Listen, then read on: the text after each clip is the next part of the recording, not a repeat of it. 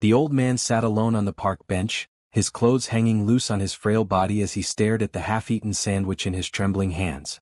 He hadn't eaten in 3 days. The bread felt like a rock in his palms, and he could barely find the strength to lift it to his mouth. Winter had been harsh in the city, and at 73, William Johnson had nowhere to go. The shelter downtown was full, and his pride wouldn't let him beg on the streets. Just 6 months ago he had an apartment and enough savings to get by. But after the medical bills and the landlord raising the rent, everything fell apart quickly. Now he was just another invisible old man, dying slowly in a city that moved too fast to notice. People walked past him, their eyes deliberately avoiding his. The cold bench had been his bed for nearly a week now. His stomach growled loudly, but the small part of the sandwich he managed to find in a trash can wasn't enough. As he tried to take another bite, the sandwich slipped from his weak fingers and fell to the ground. William stared at it, tears forming in his eyes. He didn't have the energy to bend down and pick it up. This was it, he thought. This was how his life would end, alone, hungry, and forgotten. Jasmine Turner had been watching the old man from across the park. She came to this park every day during her lunch break from the diner where she worked. Today, something about the elderly man caught her attention. She had seen him before, always sitting on the same bench, always alone. But today, when she saw the sandwich fall from his hands and the defeat in his posture, something pulled at her heart. Despite being exhausted from her morning shift and worried about picking up her son from school later, Jasmine walked over to the old man. She had her own lunch packed in her bag. Nothing fancy, just a homemade chicken sandwich and an apple. But it was fresh and made with care. "Excuse me, sir," she said softly, not wanting to startle him. "Would you like to share my lunch? I made too much and can't eat it all." William looked up, surprised at being addressed. His eyes, cloudy with age, focused on the young woman standing before him. She was in her early 30s, with kind eyes and her hair pulled back in a neat bun. She wore a waitress uniform from the local diner. "I don't need charity," he said weakly, his voice barely above a whisper. Jasmine smiled gently. "It's not charity, sir. It's just lunch between two people in the park. My name is Jasmine." William hesitated, his empty stomach arguing with his pride. Finally hunger won. "William," he offered, his voice cracking slightly. "William Johnson." Jasmine sat down beside him and opened her lunch bag. She handed half of her sandwich to William, who took it with shaking hands. They sat in silence for a few minutes as William ate slowly, savoring each bite. "Thank you," he finally said. "It's been a while since I've had a proper meal." "You're welcome, Mr. Johnson," Jasmine replied. "Do you come to this park often?" William looked away embarrassed. "I've been staying here for the past week. Lost my apartment last month." Jasmine felt a pang in her chest. She knew too well how quickly life could change. 5 years ago, she had a comfortable life with her husband, James. Then came the unexpected diagnosis, the quick decline, and suddenly she was a widow at 28 with a 3-year-old son to raise alone. She'd been fighting to stay afloat ever since. "I'm sorry to hear that," she said sincerely. "Is there someone I can call for you? Family?" William laughed bitterly. "My wife passed 10 years ago. My son?" He paused, a shadow crossing his face. "We haven't spoken in nearly 2 decades. Not since his mother and I divorced. He's probably forgotten all about me by now." "I'm sure that's not true," Jasmine said, though she couldn't know for sure. "It doesn't matter now," William said, finishing the last bite of the sandwich. "Thank you for the meal, young lady. You've been very kind." Jasmine looked at her watch. Her break was almost over, and she needed to get back to the diner for the afternoon shift. But she couldn't just leave this elderly man here, especially with the weather forecast predicting rain later. "Mr. Johnson, there's a shelter on Elm Street. I know some people there. They might have space for you tonight." William shook his head. "I've tried. They're full." Jasmine bit her lip, thinking. Her one-bedroom apartment was tiny, and she already shared the bedroom with her son, Tyler. The living room had just enough space for a small couch. But the thought of this elderly man spending another night in the cold was too much to bear. "Mr. Johnson, I finish work at 5 today. If you're still here, I can take you to my apartment. It's not much, but the couch is comfortable and you'd be warm for the night." William looked at her in disbelief. "You don't know me. I could be dangerous." Jasmine smiled. "Are you dangerous, Mr. Johnson?" "No, but..." "Then it's settled. I'll be back at 5:30 after I pick up my son from after-school care. If you change your mind, that's okay too." As Jasmine walked away to return to work, William watched her go with tears in his eyes. It had been so long since anyone had shown him kindness. He wasn't sure if he would take her up on her offer. His pride was still putting up a fight, but for the first time in weeks he felt a tiny spark of hope. Back at the diner, Jasmine couldn't stop thinking about William. As she served customers and cleaned tables, her mind kept returning to the frail old man on the park bench. She had always been the type to help others, even when she barely had enough for herself and Tyler. Her late husband used to tease her about it, calling her the neighborhood guardian angel. "You can't save everyone, Jazz," James would say with a fond smile. "I don't need to save everyone," she would reply. "Just the ones that cross my path." When her shift ended, Jasmine hurried to pick up Tyler from after-school care. Her son, now 8 years old, was the spitting image of his father. Same bright smile, same curious eyes that seemed to take in everything. "Mom, can we have pizza tonight?" Tyler asked as they walked hand in hand. "Not tonight, sweetie. We might have a guest staying with us." Tyler's eyes widened with interest. "A guest? Who?" "An elderly gentleman who needs a place to stay. His name is Mr. Johnson." "Like a grandpa?" Tyler asked excitedly. He had never known his grandparents on either side of the family. "Something like that," Jasmine said with a smile. "But just for a night or two until we can help him find a better place to stay." They stopped by the park on their way home, and Jasmine was surprised to see William still sitting on the same bench. He seemed to be dozing, his chin resting on his chest. As they approached, he startled awake. "Mr. Johnson," Jasmine called softly. "It's me, Jasmine, from earlier. This is my son, Tyler." William blinked a few times, focusing on the pair standing before him. The boy was looking at him with undisguised curiosity. "Hi, Mr. Johnson," Tyler said brightly. "Mom says you're staying with us tonight. Do you like cartoons? I have some cool ones we can watch." William looked from the boy to Jasmine, his expression a mixture of gratitude and hesitation. "I don't want to impose." "You're not imposing," Jasmine assured him. "We invited you. Can you walk okay, or do you need help?" It took William a moment to stand up, his joints stiff from sitting for so long. He was unsteady on his feet, and Jasmine quickly moved to support him. He was lighter than she expected, and she could feel his bones through his thin jacket. Together, the three of them made their way to Jasmine's apartment, 6 blocks from the park. It was on the 3rd floor of an old building with no elevator, and the climb was slow and difficult for William. By the time they reached her door, he was breathing heavily. "Here we are," Jasmine said, unlocking the door. "It's not much, but it's home." The apartment was small but clean and warmly decorated. There were photos on the walls, mostly of Tyler at different ages, and a few of Jasmine with a man who William assumed was her late husband. A bookshelf filled with children's books stood against one wall, and a small TV sat in the corner. "You can take the couch," Jasmine said, gesturing to the worn but comfortable-looking sofa. "I'll get you some fresh towels if you'd like to shower, and there's plenty of food for dinner." William stood in the middle of the living room, overwhelmed by the simple kindness being shown to him. "Why are you doing this?" he asked quietly. Jasmine looked at him, her expression soft. "Because everyone deserves help sometimes, Mr. Johnson. And today you crossed my path." The morning light filtered through the thin curtains of Jasmine's apartment, casting a warm glow over the living room. William opened his eyes slowly, disoriented for a moment before remembering where he was. The couch beneath him felt like a cloud compared to the hard park bench he'd been sleeping on. A handmade quilt was draped over him, and a small pillow supported his head. For the first time in weeks, he had slept through the night without waking from cold or discomfort. The sound of quiet movement came from the kitchen. William sat up carefully, his old bones protesting slightly, but not as much as they had been.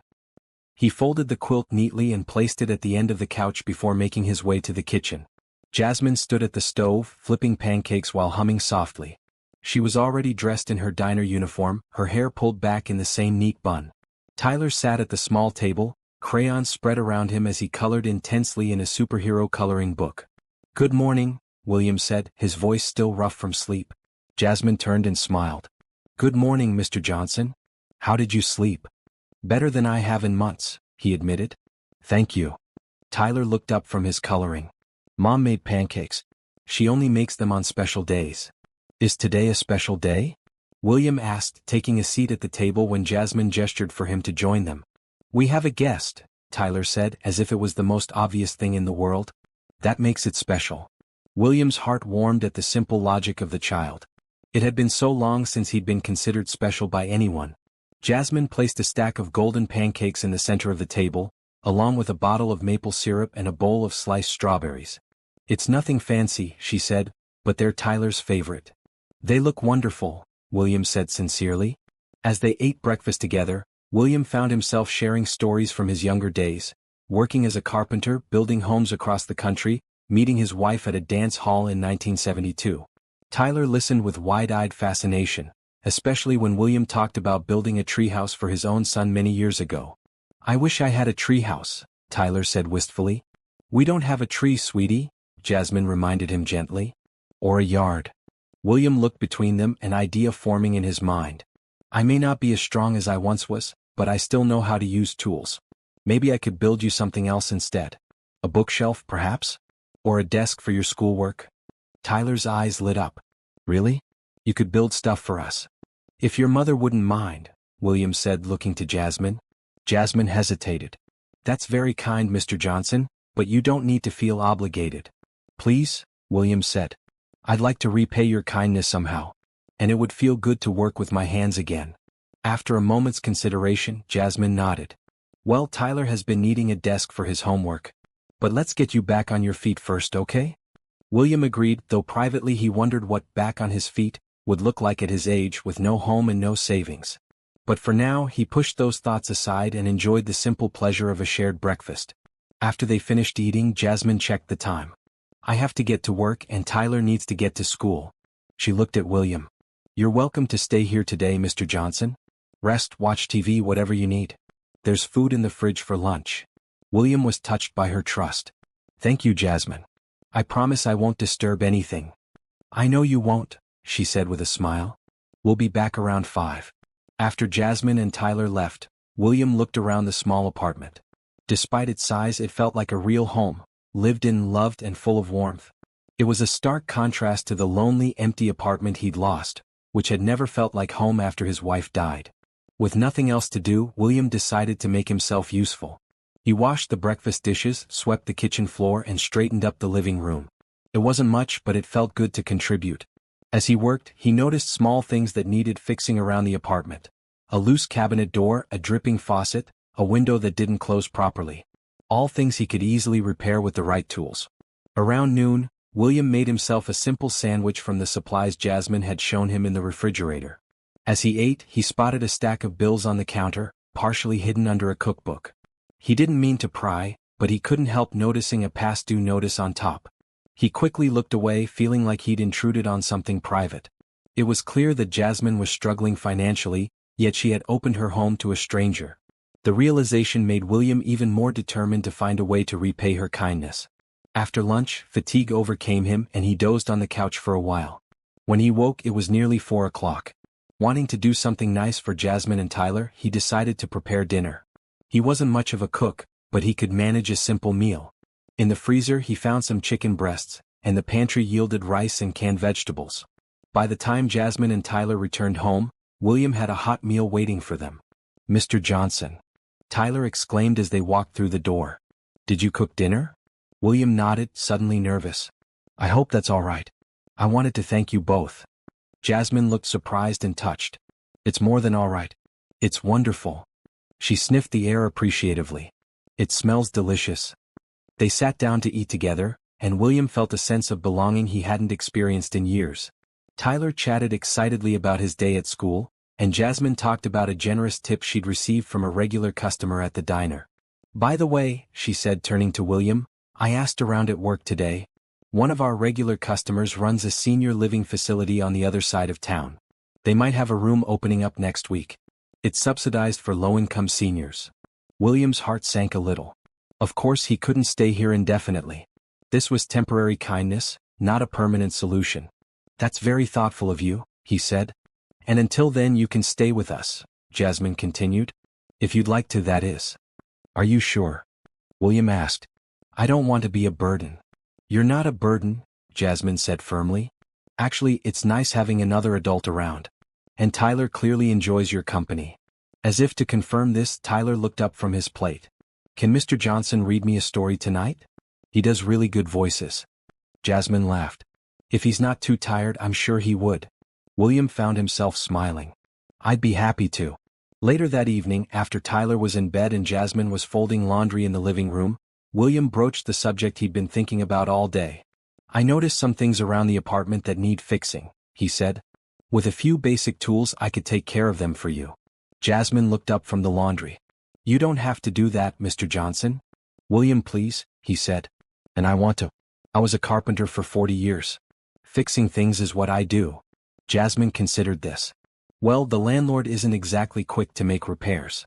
What kind of tools would you need? William listed a few basic items. A screwdriver set, a hammer, some nails, a wrench. Nothing fancy or expensive. I think my late husband's tools are still in the storage closet, Jasmine said. I've never had the heart to get rid of them. You're welcome to use those. The next day was Saturday and Jasmine didn't have to work. After breakfast, she retrieved a dusty toolbox from the hall closet and handed it to William. Their fingers brushed briefly during the exchange, and William felt an unexpected warmth spread through him. These were James's, Jasmine said softly. He was always fixing things around here too. William opened the toolbox carefully, finding a well-maintained collection of basic tools. He took good care of these. He took good care of us, Jasmine said, a hint of sadness in her voice. Then, shaking it off, she added, Tyler and I are going grocery shopping. Is there anything special you'd like us to get? William shook his head. Anything is fine. I'm not picky. After they left, William got to work. He tightened the loose cabinet hinges, fixed the dripping faucet, and adjusted the window so it closed properly. With each repair he felt more useful and alive than he had in months. By the time Jasmine and Tyler returned with groceries, he had fixed most of the minor issues in the apartment. Mr. Johnson, this is amazing. Jasmine exclaimed as she tested the newly repaired window. It hasn't closed properly since we moved in. Just needed a little adjustment, William said modestly, though he felt a surge of pride. That evening, as they shared another meal together, William noticed how Jasmine seemed more relaxed than she had been. Tyler had warmed to him completely, chattering away and asking William to tell more stories about building things. As William prepared for another night on the couch, he realized that in just 2 days, this small apartment with these two kind people had begun to feel more like home than anywhere he'd been in years. The thought both comforted and frightened him. He knew this arrangement was temporary, and soon he would need to move on to the senior living facility Jasmine had mentioned. But for now, he would enjoy each moment and continue to find ways to repay the kindness that had been shown to him. Tomorrow he would see about building that desk for Tyler.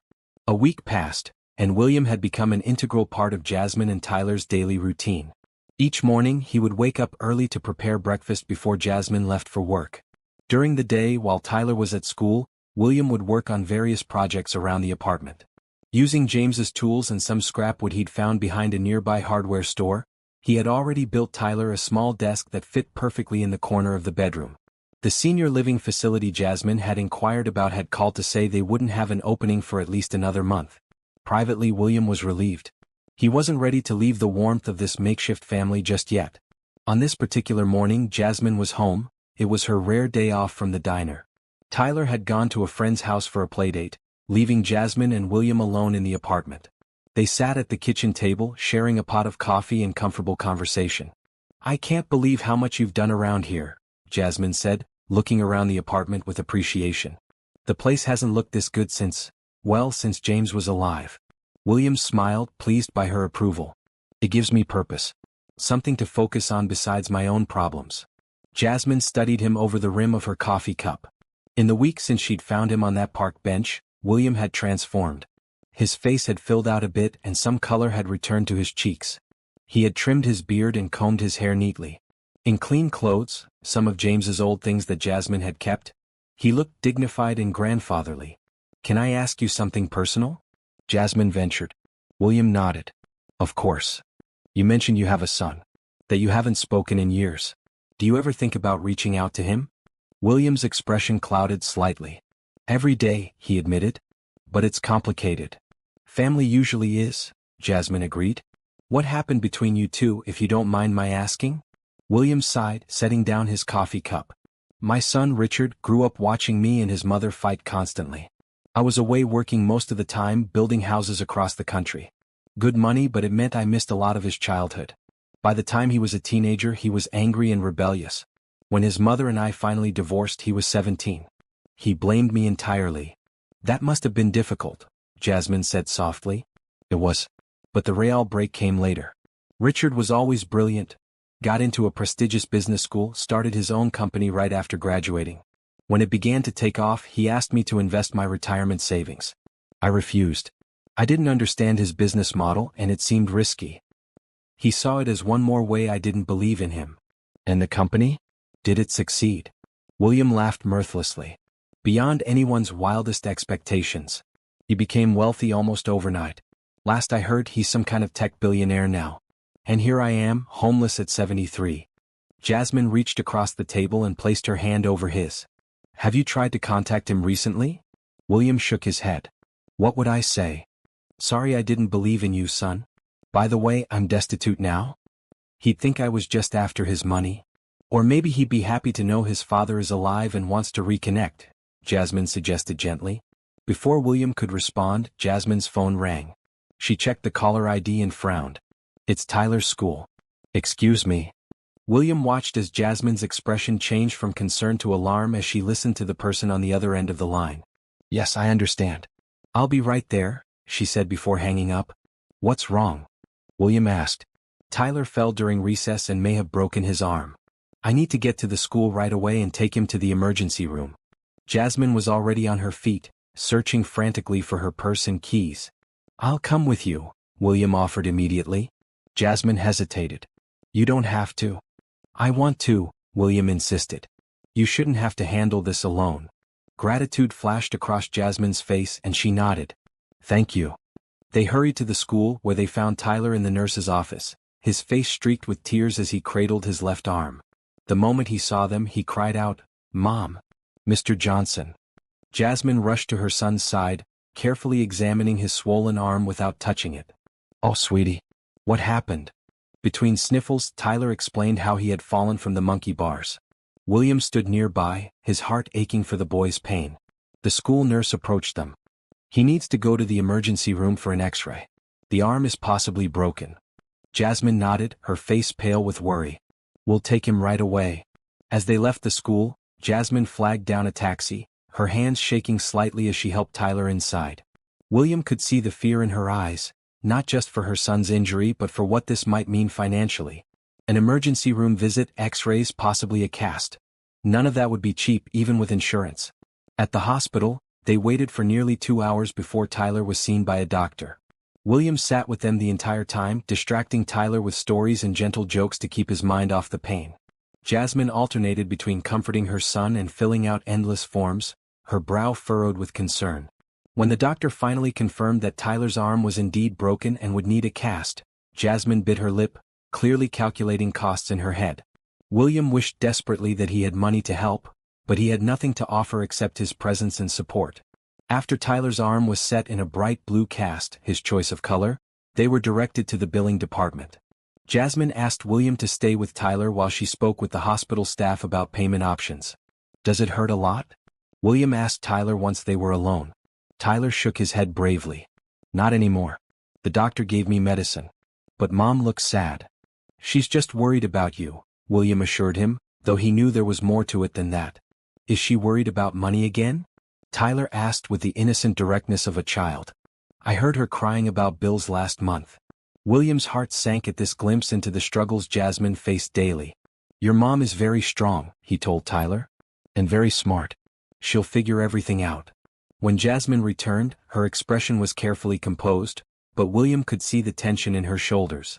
As they left the hospital, she was unusually quiet. Back at the apartment, William prepared dinner while Jasmine helped Tyler get comfortable on the couch with his newly casted arm propped on pillows. The boy, exhausted from the day's events, fell asleep almost immediately. When Jasmine joined William in the kitchen, her composure finally cracked. Tears welled in her eyes as she slumped into a chair. The hospital bill is going to be over $1,000 even with my insurance, she whispered, trying not to wake Tyler. And I'll need to take tomorrow off to stay with him, which means no tips. I don't know how I'm going to cover this month's rent now. William sat beside her, wishing he could do more to help. Is there anyone you can borrow from? Family? Jasmine shook her head. My parents are barely getting by themselves. And James's family, we haven't been close since he died. She wiped away a tear. I'm sorry. You don't need my problems on top of your own. Hey, William said gently, what was it you told me that first day? Everyone deserves help sometimes. That includes you, Jasmine. She managed a small smile. Thank you for being here today. I don't know how I would have managed alone. You would have managed, William said confidently. You're the strongest person I've met in a long time. But you don't have to do everything alone. Later that night, after Jasmine had gone to bed, William sat in the dark living room, deep in thought. Seeing Jasmine struggle with the hospital bills had stirred something in him. Though he had nothing to give financially, there was one thing he could do, something he should have done years ago. Tomorrow he decided he would try to contact his son. Not to ask for money for himself, but to see if Richard might be willing to help Jasmine and Tyler. It was a long shot, given their estrangement, but William had to try. These two people had shown him such kindness. He couldn't stand by and watch them suffer when there might be a way he could help. With that resolution made, William closed his eyes, praying that after all these years, his son might at least be willing to listen. The next morning, William woke before dawn, his mind already racing with thoughts of how to contact his son. He had no phone, no computer, and no idea where Richard lived now. The task seemed almost impossible, but William was determined. He prepared breakfast quietly, not wanting to wake Jasmine or Tyler. While the coffee brewed, he searched through the kitchen drawers until he found a notepad and pen.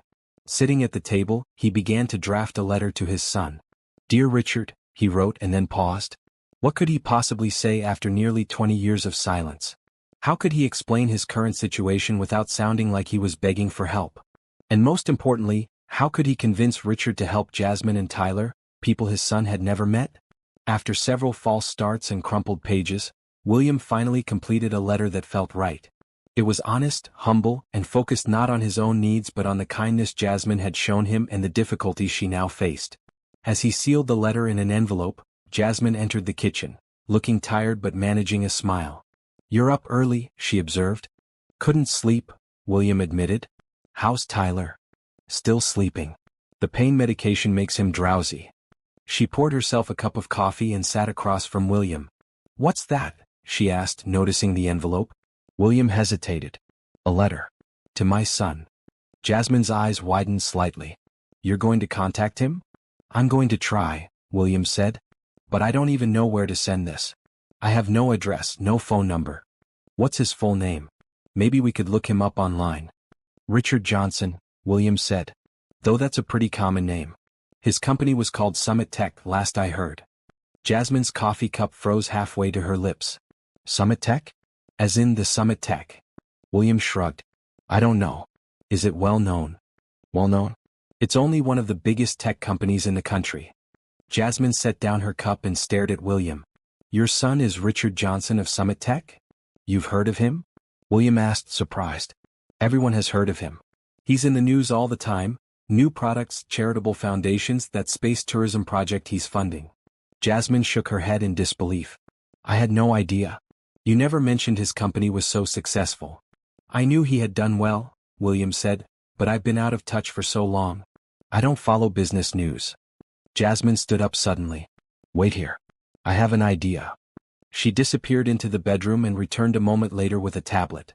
Sitting back down, she began tapping on the screen. "Let's see. Summit Tech headquarters." She turned the tablet so William could see. "Is this your son?" William stared at the image on the screen. It showed a man in his early 40s, dressed in an expensive suit, standing in front of a sleek glass building. Though older than when William had last seen him, Richard's features were unmistakable. The same sharp jawline, the same intense eyes. "That's him," William confirmed, his voice thick with emotion. It had been so long since he'd seen his son's face, even in a photograph. "According to this," Jasmine said, reading from the screen, "Summit Tech's main headquarters are in the city, just downtown. About 20 minutes from here by bus." William's heart raced. His son had been so close all this time. "Do you think I could just go there? Try to see him?" Jasmine looked uncertain. "Corporate headquarters like that usually have pretty tight security. You can't just walk in and ask to see the CEO. But," she thought for a moment, "we could try sending an email. Most companies have contact information on their websites." Together, they composed an email to the general contact address listed on the Summit Tech website. It was brief, simply stating that William Johnson, father of Richard Johnson, was trying to reach his son regarding an important personal matter. They included Jasmine's phone number as a contact. "Don't get your hopes up," Jasmine warned gently after they'd sent it. These general emails probably get hundreds of messages a day. It might never reach him. William nodded, trying not to feel discouraged. It's worth a try. As they prepared for the day ahead, William couldn't stop thinking about how close his son was physically, yet how distant they remained emotionally. What would Richard think if he knew his father had been homeless, just miles from his corporate headquarters? Would he care? Or had the bitterness between them grown too deep over the years? Jasmine stayed home from work to care for Tyler, who was in good spirits despite his broken arm. The boy was delighted to have both his mother and William home for the day and insisted they play board games together. As they set up a game of Monopoly on the living room floor, with William helping Tyler manage his properties due to his casted arm, Jasmine's phone rang. She checked the caller ID but didn't recognize the number. "Hello," she answered cautiously. William watched as her expression changed from neutral to surprised. She glanced at him, her eyes wide. "Yes, he's here with me right now," she said into the phone. "May I ask who's calling?" There was a pause. "I see. Yes, of course. Just a moment." She held the phone out to William. "It's someone from Summit Tech. An assistant to Richard Johnson." William's hand trembled as he took the phone. "Hello," he said, his voice barely above a whisper. "Mr. Johnson?" A professional female voice responded. "This is Aisha Reynolds, executive assistant to Richard Johnson. We received your email regarding your attempt to contact Mr. Johnson. May I ask what this is concerning?" William glanced at Jasmine, who gave him an encouraging nod. I'm his father. We haven't spoken in many years, but I'm hoping to reconnect." There was a brief silence on the other end. "I see," Aisha finally said. "Mr. Johnson is extremely busy, as you can imagine. His schedule is booked solid for the next several weeks." William's heart sank. "I understand," he said quietly. "However," Aisha continued, "given the nature of your request, I've been instructed to gather some information. Where are you currently staying, Mr. Johnson? We'll need to verify your identity." William explained his current situation, staying with Jasmine and Tyler. He provided Jasmine's address and his date of birth when asked. Aisha's tone remained professional, giving no indication of whether this information would actually reach Richard. "Thank you, Mr. Johnson. If Mr. Johnson decides to respond, we'll be in touch." After hanging up, William handed the phone back to Jasmine, trying not to show his disappointment. "His assistant," he explained. "She took my information, but I doubt anything will come of it." Jasmine squeezed his hand sympathetically. "At least it's a start," she said. "They didn't just ignore the email." "When will the billionaire come see us?" Tyler asked excitedly, having overheard parts of the conversation. "We don't know if he will, buddy," Jasmine explained gently. "Mr. Williams' son is very busy." "But he's super rich, right?" Tyler persisted. "Rich people can do whatever they want." Williams smiled sadly. "It's not that simple, Tyler.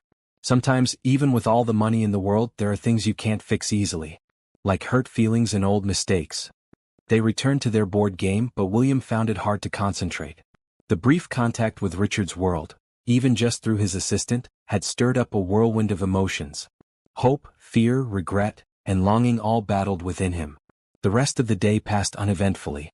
By evening, William had resigned himself to the likelihood that Richard would choose not to respond. He busied himself with cooking dinner, focusing on creating a meal that Tyler could eat easily one-handed. As they cleared the dinner dishes, Jasmine's phone rang again. The same unknown number appeared on the screen. "It's them again," she said, looking at William with wide eyes before answering. "Hello." William held his breath as Jasmine listened to the caller. "Yes, he's still here. Tomorrow morning at 10? I understand. Yes, I can give him the message." When she hung up, her expression was a mixture of shock and excitement. That was Richard's assistant again. "He wants to meet you tomorrow morning at 10 at the Summit Tech headquarters." William felt lightheaded suddenly, and he gripped the edge of the counter for support. "He's actually willing to see me?" "Apparently so," Jasmine said. "The assistant said a car will be sent to pick you up at 9:30. "A car?" William repeated, overwhelmed by this development. I don't know what to say to him after all this time." "You'll find the words," Jasmine assured him. "Just speak from your heart." That night William barely slept. He lay on the couch, staring at the ceiling, rehearsing what he might say to his son. Should he apologize first? Ask about Richard's life? Explain his own circumstances? By morning he was exhausted but too nervous to feel it. Jasmine helped him prepare for the meeting, ironing one of James's old dress shirts for him to wear and making sure he had a good breakfast, though William could barely eat. Tyler, excited by the prospect of William meeting his billionaire son, had made a drawing for Richard, which he insisted William take along. At precisely 9:30, a sleek black car pulled up in front of the apartment building. The driver, dressed in a crisp uniform, came to the door and asked for William Johnson. "That's me," William said, his voice unsteady. Jasmine straightened his collar one last time and squeezed his arm. "Good luck. Remember why you're doing this." William nodded, grateful for her support. "Thank you for everything, Jasmine." The drive to Summit Tech headquarters was short but felt like an eternity to William. As they approached downtown, the buildings grew taller and more modern. Finally, they pulled up in front of an impressive glass tower with Summit Tech emblazoned across the top in sleek silver letters. The driver escorted William through the lobby, where security checked his ID and issued him a visitor's badge. Everything was polished, efficient, and intimidating. They took an elevator to the top floor, and William's stomach lurched, both from the rapid ascent and from nervous anticipation. When the elevator doors opened, they revealed a spacious reception area with panoramic views of the city. A young woman sitting behind a desk stood up as William approached. "Mr. Johnson? I'm Aisha Reynolds. We spoke on the phone yesterday. Mr. Johnson is expecting you." She led him down a corridor to a set of large double doors. "He's on a call at the moment but asked me to show you in. He'll be with you shortly." With that, she opened the doors and gestured for William to enter. The office was massive, with floor-to-ceiling windows on three sides offering a breathtaking view of the city skyline. Modern art hung on the walls, and a large desk made of glass and chrome dominated one end of the room. William stood awkwardly in the center of the office, clutching Tyler's drawing and feeling completely out of place in this world of wealth and power. As he waited, he noticed a collection of framed photographs on a sideboard. Moving closer, he was startled to see a young version of himself in one of them. A family photo taken when Richard was about 10 years old, all three of them smiling at a beach somewhere. The fact that Richard had kept this photo all these years gave William a flicker of hope. Suddenly, the door behind him opened. William turned and there stood his son, older, more polished, but unmistakably Richard. He wore an expensive suit and a guarded expression as he studied his father. "Hello, Dad," Richard said formally, closing the door behind him. "It's been a long time." Time seemed to stand still as father and son faced each other across the vast expanse of the executive office.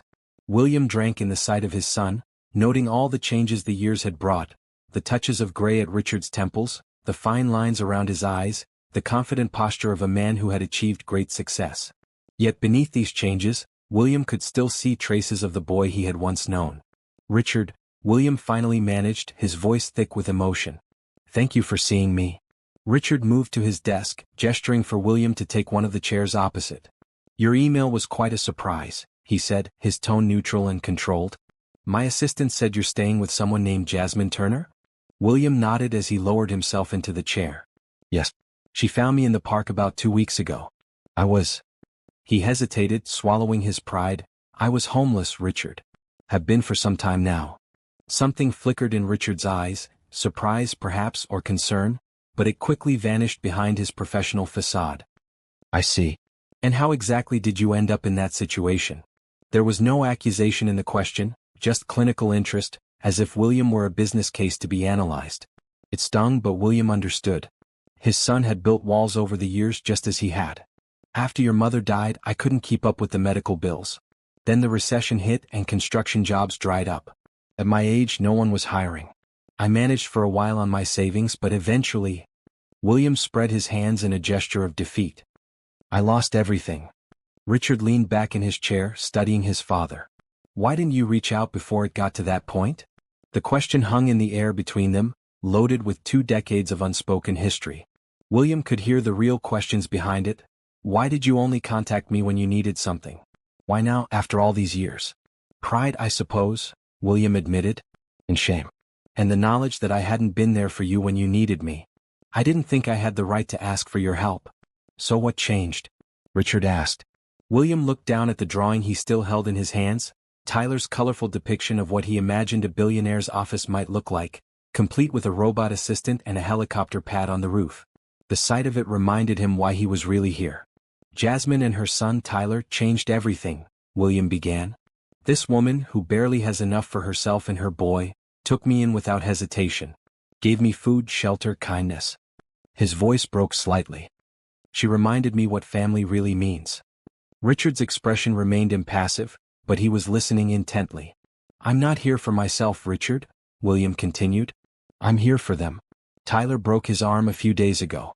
The medical bills are more than Jasmine can handle, on top of her regular expenses. She's a waitress raising her son alone after her husband died. She works so hard, but it's never quite enough. So you came to ask for money, Richard concluded, his tone hardening slightly. William shook his head emphatically. No. I came to reconnect with my son. The only reason I'm mentioning their situation is because Jasmine helped me when no one else would, and now she's in trouble. If there was any way I could help her myself, I would. Richard stood and walked to the window, his back to William as he gazed out at the city below. The silence stretched between them, tense and heavy with unresolved feelings. Why did you keep that old photo? William asked suddenly, nodding toward the family beach picture on the sideboard. Richard turned, following William's gaze to the photograph. For the first time, his carefully maintained composure wavered. Mom sent it to me after the divorce, he said quietly. Before she got sick. Another silence fell, less tense than before but filled with shared grief. I visit her grave once a year, Richard finally said. On her birthday. I always wondered if I might see you there someday. I go on the anniversary of her death, William replied softly. Every year. A ghost of a smile touched Richard's lips. We've been missing each other all this time. I've missed you every day, son, William said, the words coming straight from his heart. Not just at the cemetery. Every single day. Richard returned to his desk but remained standing, his fingers drumming lightly on the polished surface. When you refused to invest in my company, he said abruptly, I was convinced it was because you didn't believe in me. That you never had. It wasn't that, William insisted. I was scared, Richard. Scared of losing what little security I had. Scared of failing you if things went wrong. He paused, then added with painful honesty, but you're right that I didn't understand your vision. You were always smarter than me, always seeing things I couldn't see. Richard's expression softened slightly. I wanted your approval more than your money, he admitted. When you said no, it felt like the final rejection. I'm sorry, William said simply. I've had a lot of time to think about my mistakes. Too much time. Richard sat down again, his professional mask slipping to reveal a glimpse of the hurt young man beneath the successful CEO. So am I, he said. I was stubborn and angry. When Mom got sick, I should have tried harder to reach out to you to heal things between us. For the first time since entering the office, William felt a flicker of hope. The fact that Richard acknowledged his own part in their estrangement suggested he wasn't entirely closed to reconciliation. It's never too late to try again, William said quietly. Richard didn't respond directly to this. Instead, he picked up his phone and pressed a button. Aisha, could you come in here, please? And bring the information I asked you to gather. A moment later, the assistant entered with a folder, which she handed to Richard before discreetly leaving again. Richard opened it and scanned the contents briefly. I had my team do some checking after your call yesterday, he explained. Jasmine Turner. 33 years old. Widowed 5 years ago when her husband died of leukemia. Works at Sunnyside Diner. Son Tyler, age 8. Apartment on the east side. Outstanding medical bill of $1,280 from City Hospital for treatment of a broken arm. He looked up at William. Is that all accurate? William nodded, slightly uncomfortable with the thoroughness of Richard's investigation but not surprised by it. Yes, she's a good person, Richard. One of the best I've ever known. And your relationship with her is? Richard left the question hanging. She's my friend, William said simply. She showed me kindness when I needed it most. Richard closed the folder and leaned forward, his expression serious. Dad, I appreciate you coming here today. And I believe your concern for this woman and her son is genuine. But you have to understand, after 20 years of silence, it's difficult for me to just pick up where we left off. William's heart sank, but he nodded. I understand. That said, Richard continued, I do want to help Miss Turner and her son. Not just with the medical bills but in a more sustainable way. He pressed another button on his phone. Aisha, can you set up a meeting with the foundation team for this afternoon? And establish a new case file for Jasmine Turner. Turning back to William, he explained, Summit Tech has a charitable foundation. We provide educational scholarships, medical assistance and other support to families in need. I think Miss Turner might qualify for several of our programs.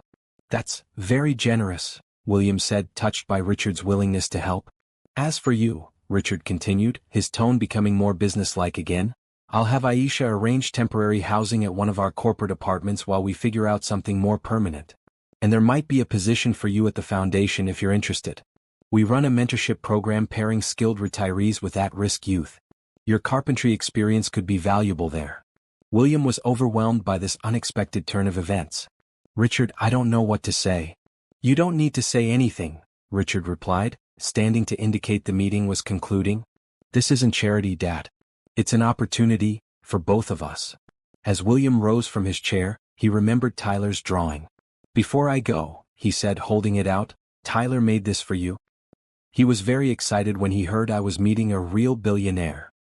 Richard took the drawing, a genuine smile breaking through his professional demeanor as he examined the child's colorful imagination. Robot assistant, huh? Maybe not such a bad idea. He carefully placed the drawing on his desk. I'd like to meet them, Jasmine and Tyler. Would they be available for dinner this weekend? William's surprise must have shown on his face because Richard added quickly, purely to discuss the foundation's assistance, of course, and to get to know the people who helped my father. I'm sure they'd be honored, William said, hope blooming in his chest. This was more than he had dared to expect from this meeting. Richard walked him to the door, maintaining a professional distance but with less tension than when William had arrived. Aisha will be in touch about the apartment and the dinner arrangements, he said. And Dad. He hesitated, then added quietly, it was good to see you. You too, son, William replied, fighting back tears. You too. As the elevator descended, William let out a long, shaky breath. The meeting hadn't been the warm reunion he might have dreamed of, but it was a beginning. Richard had been willing to listen, willing to help, willing to take a small step toward healing their relationship. For now that was enough. The same driver was waiting to take William back to Jasmine's apartment. As they drove through the city, William gazed out at the streets with new eyes. For the first time in months, perhaps years, he felt something he'd almost forgotten, hope for the future. Jasmine was waiting anxiously when William returned to the apartment. Tyler was at school, so they had the place to themselves. The moment William walked through the door, Jasmine jumped up from the couch. How did it go? She asked, searching his face for clues. William smiled, the weight of years lifting from his shoulders. He listened. Actually listened. Jasmine guided him to the couch, where he recounted the entire meeting. Richard's initial coolness, their cautious conversation about the past, and the unexpected offer of help through the foundation. And he wants to have dinner with all of us this weekend, William concluded. To discuss the details and to meet you and Tyler. Dinner with a billionaire? Jasmine looked stunned. I don't have anything to wear for something like that. And Tyler, he's just a kid. What if he says something embarrassing? William took her hand reassuringly. Richard knows who you are, Jasmine. He's not expecting some society lady. He wants to meet the kind, hard-working woman who helped his father. Jasmine bit her lip, still looking uncertain. Are you sure about this? I don't want to be anyone's charity case. It's not charity, William echoed Richard's words. It's an opportunity. For all of us. Later that afternoon, Richard's assistant called with details. A corporate apartment had been prepared for William, and a car would come the following day to take him there. The dinner was scheduled for Saturday evening at a restaurant called Azure, which Jasmine recognized as one of the most exclusive in the city. After hanging up, Jasmine looked overwhelmed. Azure? That place is impossible to get into. People make reservations months in advance. Not if you own the building, William pointed out with a small smile. Richard mentioned he has real estate investments throughout the city. The next day was a whirlwind of activity. Richard sent not only a car for William's belongings, what few he had, but also a personal shopper with several suits and casual outfits, to help rebuild your wardrobe, as the note explained. William tried to refuse such extravagance, but the assistant insisted the clothes were already paid for and non-returnable. Before leaving for the corporate apartment, William spent time with Tyler, who had returned from school bursting with questions about the billionaire meeting. William answered as honestly as he could, emphasizing that Richard was, beneath all his wealth and success, just a person like anyone else. But does he have a helicopter? Tyler wanted to know. In my drawing he has a helicopter. William laughed. I didn't see one, but his office is pretty impressive. When it was time to say goodbye, Jasmine hugged William tightly. This isn't goodbye for good, she assured him. We'll see you at dinner on Saturday. And you're welcome here anytime, you know that. I know, William said, his voice thick with emotion. You gave me back my life, Jasmine. I'll never forget that. The corporate apartment was located in one of Richard's luxury buildings downtown, just a few blocks from Summit Tech headquarters. When William entered, he was momentarily overwhelmed by the space and elegance. A far cry from the park bench where Jasmine had found him just 2 weeks earlier. The apartment was fully furnished with modern, comfortable pieces. The refrigerator was stocked with food, and a welcome basket sat on the kitchen counter with a note from Aisha explaining that all utilities and expenses were covered for the next 3 months while longer-term arrangements were being made. William moved through the space in a daze, touching things as if to confirm they were real. The bedroom was larger than Jasmine's entire apartment, with a king-sized bed and a view of the city skyline. The bathroom had a walk-in shower with multiple jets and a separate soaking tub. It was luxurious, comfortable, and completely impersonal. As grateful as William was for these accommodations, he found himself missing the warmth of Jasmine's small apartment. The colorful throws on the couch, Tyler's artwork on the refrigerator, the sounds of their lives happening around him. The next day, William received another call from Aisha. Richard wanted to meet with him again, this time at the Summit Tech Foundation offices. A car was already on its way. The foundation occupied a separate building a few blocks from the main headquarters. It was smaller, less imposing, but still elegantly professional. Inside, William was led to a conference room where Richard was waiting with several staff members. "Dad," Richard greeted him, shaking his hand with more warmth than during their first meeting. "Thanks for coming on such short notice. How's the apartment?" "Very nice. Thank you," William said, still feeling slightly uncomfortable with such generosity. Richard introduced the staff, the foundation's director, a program coordinator, and a career counselor. For the next hour, they discussed various ways the foundation could help both William and the Turners. The mentorship program Richard had mentioned would provide William with a modest salary plus housing allowance. Jasmine would be offered a scholarship to complete her education. William hadn't even known she'd once been studying nursing before her husband got sick, and Tyler would be enrolled in the foundation's educational support program, which included tutoring, extracurricular activities, and a college fund. "This all seems too good to be true," William said when they had finished outlining everything. "Are you sure the foundation can do all this?" The director smiled. "Mr. Johnson, your son has been extremely generous in funding our programs. What we're offering is in line with our mission to provide sustainable assistance to families in need. We don't give handouts, we create opportunities." Richard, who had been mostly quiet during the presentation, added, "The foundation has helped hundreds of families, Dad. I'd like Jasmine and Tyler to be among them. And I'd like you to be part of our work here if you're willing." The sincerity in Richard's voice touched William deeply. This wasn't just about money or easing a guilty conscience. His son genuinely believed in the foundation's mission. And now he was offering William a chance to be part of something meaningful, to use his skills to help others as Jasmine had helped him. "I'd be honored," William said simply. Later, as Richard walked him out of the building, they paused on the steps. "I've been thinking about what you said," Richard began, "about it never being too late to try again." He looked at his father directly. "I'd like to try, Dad. I can't promise it will be easy or happen overnight, but I'd like to work on rebuilding our relationship." William's eyes misted over. "Nothing would make me happier, son." "One step at a time," Richard cautioned, but there was warmth in his voice that hadn't been there before. Saturday arrived quickly. William had spent the intervening days settling into the corporate apartment and meeting with foundation staff to learn more about the mentorship program. He had also visited Jasmine and Tyler each day, not wanting them to think he had forgotten them now that his circumstances had improved. Jasmine had been frantically worried about the dinner, trying on every outfit she owned and finding them all wanting. William finally convinced her to accept Richard's offer to send a stylist to help her find something appropriate for the restaurant. "I feel like Cinderella," she joked nervously as the stylist helped her choose a simple but elegant blue dress that complemented her warm brown skin and brought out her eyes. For Tyler, they selected a child-sized suit that made him look adorably grown up, though he complained about the tie until Jasmine agreed he could remove it after the main course. A limousine arrived to take all three of them to Escher. Tyler was beside himself with excitement, bouncing on the leather seats and pressing every button he could find. Jasmine kept telling him to settle down, but her own nervous energy was palpable. "Everything will be fine," William assured her as they pulled up to the restaurant. "Just be yourself. That's who Richard wants to meet." Azure was as exclusive as its reputation suggested. The maitre d' led them to a private dining room where Richard was already waiting. He was dressed more casually than during their meetings, in a blazer without a tie, and his smile seemed more relaxed. "Welcome," Richard said, stepping forward to greet them. He shook Jasmine's hand warmly. "Miss Turner, it's a pleasure to meet you. My father has told me how kind you've been to him." "Please call me Jasmine," she replied, clearly trying to hide her nervousness. "And it's been my pleasure. Your father is a wonderful man." Richard knelt down to Tyler's level. "And you must be Tyler. I got your drawing. Very creative. I especially liked the robot assistant." Tyler's eyes widened. "Did you bring your helicopter?" The adults laughed, breaking the tension. "Not tonight," Richard said with a smile. "But maybe someday I can show you how a real corporate office works. It's not quite as exciting as your drawing, though."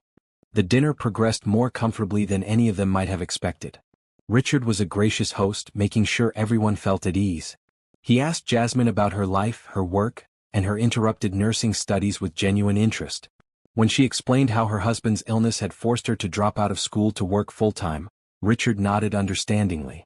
"The Foundation Scholarship Program was actually inspired by stories like yours," he told her. "People with potential and ambition who get derailed by circumstances beyond their control." As they enjoyed their dessert, an elaborate chocolate creation that had Tyler's eyes bulging, Richard brought up the Foundation's offer. "We've prepared a complete package for you and Tyler," he explained to Jasmine. "Education support, medical coverage, career development. No strings attached except that you continue working toward your goals." Jasmine looked overwhelmed. "I don't know how to thank you." "Thank my father," Richard said, glancing at William with newfound respect. "He spoke very highly of you. And after meeting you, I can see why." Tyler, who had been surprisingly well behaved throughout dinner, suddenly piped up. "Are you and Mr. William friends again now? He was really sad that you didn't talk for a long time." The directness of the child's question created a moment of awkward silence. Richard looked at his father, something vulnerable flickering in his eyes. "We're working on it, Tyler," he said finally. "Sometimes grown-ups make mistakes and it takes time to fix them. But we're trying." William reached across the table and placed his hand over his son's briefly. "That's all anyone can ask for," he said softly. As the evening concluded, Richard insisted on driving them home personally rather than sending them in the limousine. He had a sleek sports car waiting outside, which thrilled Tyler to no end. "Perhaps not the most practical vehicle for 4 people," Richard admitted with a sheepish smile, "but we'll manage." With Tyler squeezed happily between William and Jasmine in the back seat, Richard drove through the city streets toward Jasmine's apartment. The conversation flowed naturally now, the initial stiffness of the evening having melted away. When they arrived, Richard walked them to the door. "I've enjoyed meeting you both," he told Jasmine and Tyler sincerely. "Will we see you again?" Tyler asked hopefully. Richard glanced at William, then back to Tyler. "Yes, I think you will. In fact, I was hoping all of you might join me for a picnic next weekend. I have a house outside the city with plenty of space for a certain young man to run around." Tyler's excited "yes" made them all laugh. As Jasmine took Tyler inside to get ready for bed, Richard and William stood together on the small landing. "Thank you," William said simply, "for everything you're doing for them. And for giving me another chance." Richard nodded, his expression thoughtful. "I've spent 20 years building a company, accumulating wealth, thinking that was what mattered. But seeing how happy you looked with them, a woman and child you've known for only 2 weeks, it made me realize what I've been missing." "It's never too late," William repeated his earlier words. "No," Richard agreed softly. "It's not." As William watched his son drive away, he felt a profound sense of gratitude. 2 weeks ago he had been homeless, hopeless, and alone. Now, because of one woman's kindness, he had found not only shelter but family, both the one he had lost and a new one he had never expected. Whatever challenges lay ahead, William knew he would face them differently now. Not alone but surrounded by people who cared. And that made all the difference in the world. Spring gave way to early summer, and with the changing season came changes in all their lives. William had been working at the Summit Tech Foundation for almost 2 months now, mentoring young people in basic carpentry and construction skills. The work gave him purpose and joy, and the modest salary combined with the housing allowance provided the security he had lacked for so long. Richard had been true to his word about working on their relationship. They met regularly for lunch or dinner, sometimes just the two of them, sometimes with Jasmine and Tyler as well. Each meeting brought them closer, as they gradually filled in the 20-year gap in their knowledge of each other's lives. Today was Sunday, and William was helping Jasmine prepare for a special dinner at her apartment. Richard was coming over, and Jasmine wanted everything to be perfect. She had insisted on cooking herself, refusing Richard's offer to have the meal catered. "He's always treating us to fancy restaurants," she had explained to William. "I want him to experience a real home-cooked meal for once." William smiled as he watched her move around the kitchen with confident efficiency. The scholarship from the foundation had allowed her to reduce her hours at the diner and resume her nursing studies. She was flourishing with the opportunity, her natural intelligence and compassion making her an excellent student. "Can I help with anything else?" William asked, having already set the table with the new dinnerware Richard had secretly purchased for her as a celebration gift when she aced her first round of exams. "Could you check on Tyler? He's supposed to be cleaning his room, but I have a feeling he might be playing video games instead." William chuckled and headed to the bedroom. Sure enough, Tyler was engrossed in the educational tablet Richard had given him, which had become his most prized possession. "Hey buddy," William said, sitting on the edge of the bed. "Room cleaning going well?" Tyler looked up guiltily. "I was just taking a short break." "Ah, a very short break that's lasted. How long? Maybe an hour?" Tyler admitted with a grin. William ruffled the boy's hair affectionately. "Come on, let's get this place in shape before your mom comes checking. Richard will be here in less than an hour." Together they tackled the mess of toys, books, and clothes that had somehow exploded across every surface of the room.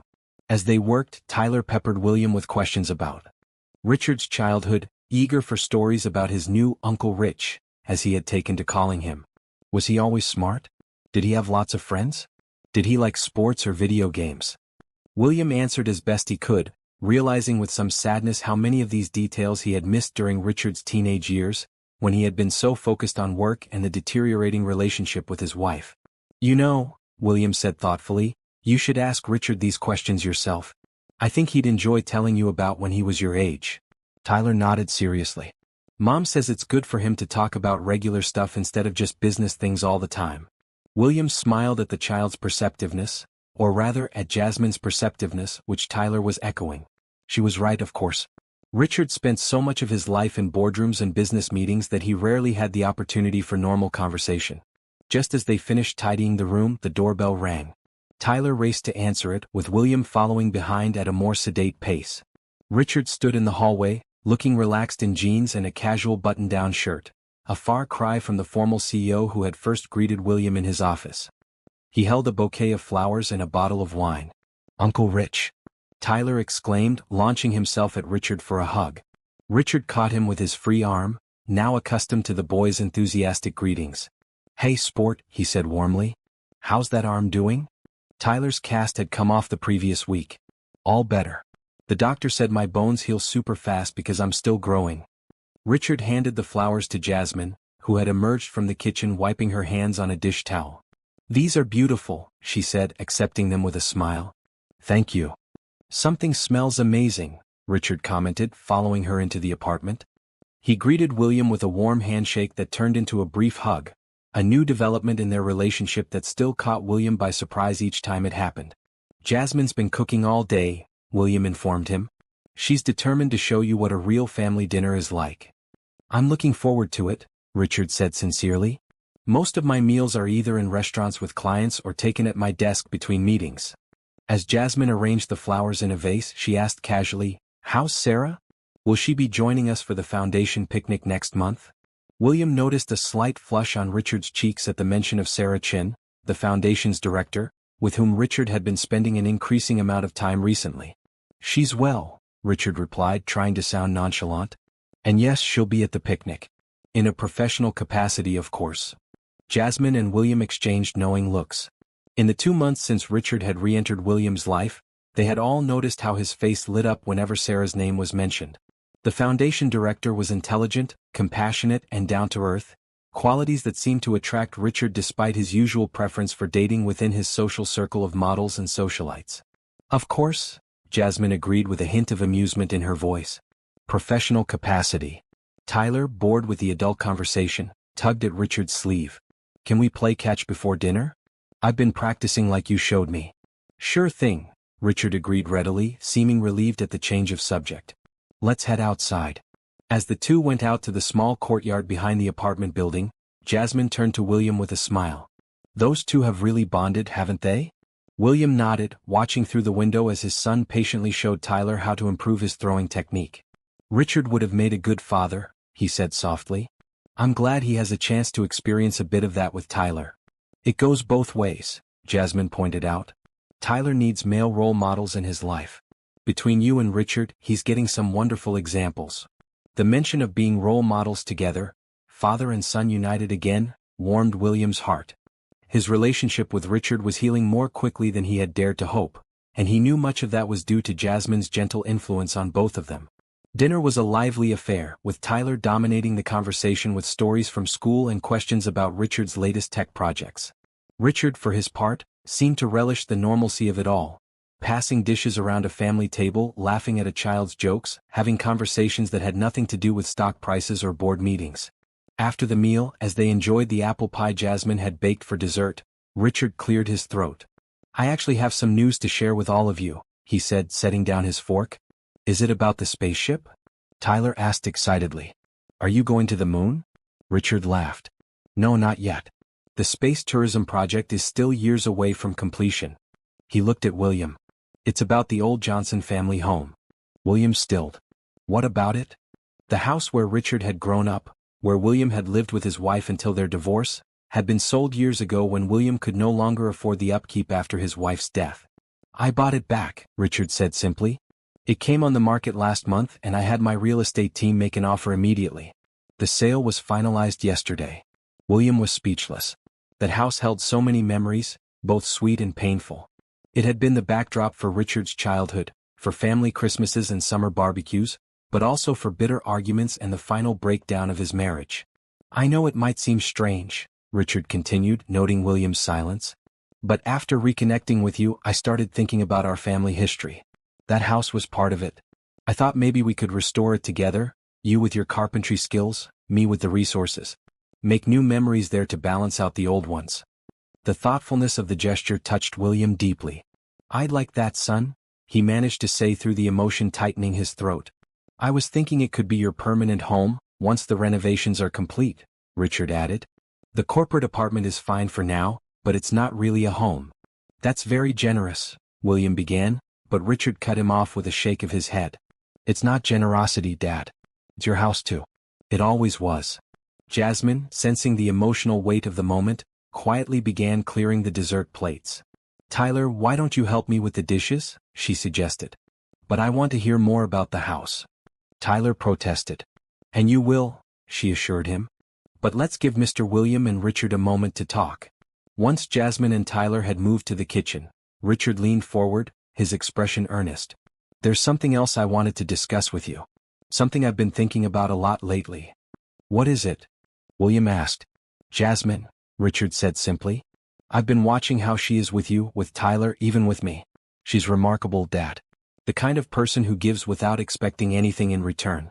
Who sees the best in people even when they're at their worst. William nodded, feeling a swell of pride and affection. She is.